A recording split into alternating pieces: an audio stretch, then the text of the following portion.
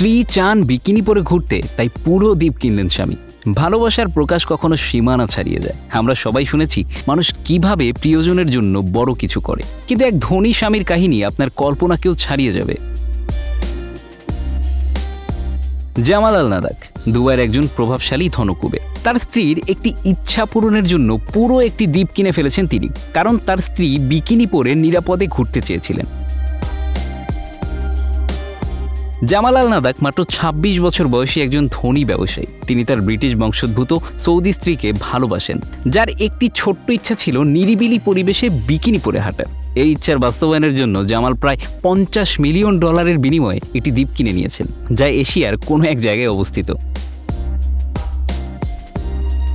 এই কাহিনী ভাইরাল হয়ে ওঠে যখন সৌদি আল নাদাক, যিনি একজন ইনস্টাগ্রাম এবং টিকটক ইনফ্লুয়েন্সার, সামাজিক যোগাযোগ মাধ্যমে একটি ভিডিও পোস্ট করেন। তিনি ভিডিওতে তার স্বামীর দেওয়া উপহার নিয়ে গর্ব করে বলেন, আপনি বিকিনি পরতে চেয়েছেন, তাই আপনার কোটিপতি স্বামী একটি দ্বীপ কিনে ফেলেছেন আপনার জন্য। এই ভিডিওটি দ্রুত ছড়িয়ে পড়ে এবং লাখো মানুষ তাদের জীবনের বিলাসিতা নিয়ে আলোচনা করতে শুরু করে। হিন্দুস্তান টাইমসের রিপোর্ট অনুযায়ী সৌদি নিজেকে গৃহিণী হিসেবে পরিচয় দিয়েছেন, কিন্তু তিনি শুধুমাত্র গৃহিণী নন। তার একটি বড় পরিচয় হলো তিনি একজন প্রভাবশালী সোশ্যাল মিডিয়া ইনফ্লুয়েন্সার। ইনস্টাগ্রাম ও টিকটকে তার বিলাসী জীবনযাপন এবং ধনী স্বামীর সঙ্গে কাটানো সময়ের ভিডিও শেয়ার করে তিনি বিশাল জনপ্রিয়তা পেয়েছেন। সৌদি আল নাদাক তার বিলাসবহুল জীবনযাপনকে অন্যরকম করে তুলেছেন।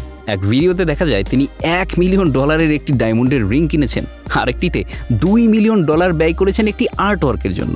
তাদের জীবন এতটাই বিলাসবহুল যে তা অনেকের কল্পনাকেও হার মানাবে।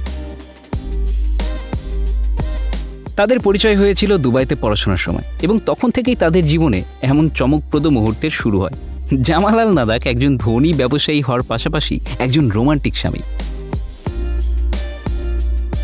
তার স্ত্রীর জন্য এই বিশাল উপহার তার ভালোবাসার বহিঃপ্রকাশ।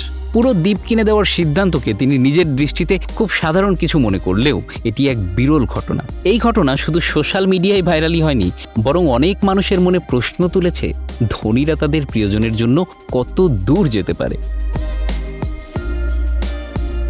দ্বীপ কিনে দেওয়া এই কাহিনী হয়তো অনেকের জন্য অবিশ্বাস্য মনে হতে পারে, কিন্তু এটি একটি ভালোবাসার গভীর প্রতিচ্ছবি, যে ভালোবাসা অর্থ, ক্ষমতা বা সামাজিক অবস্থানের ঊর্ধ্বে গিয়ে একটি সহজ চাহিদা পূরণের জন্য অদ্ভুতভাবে প্রকাশিত হয়।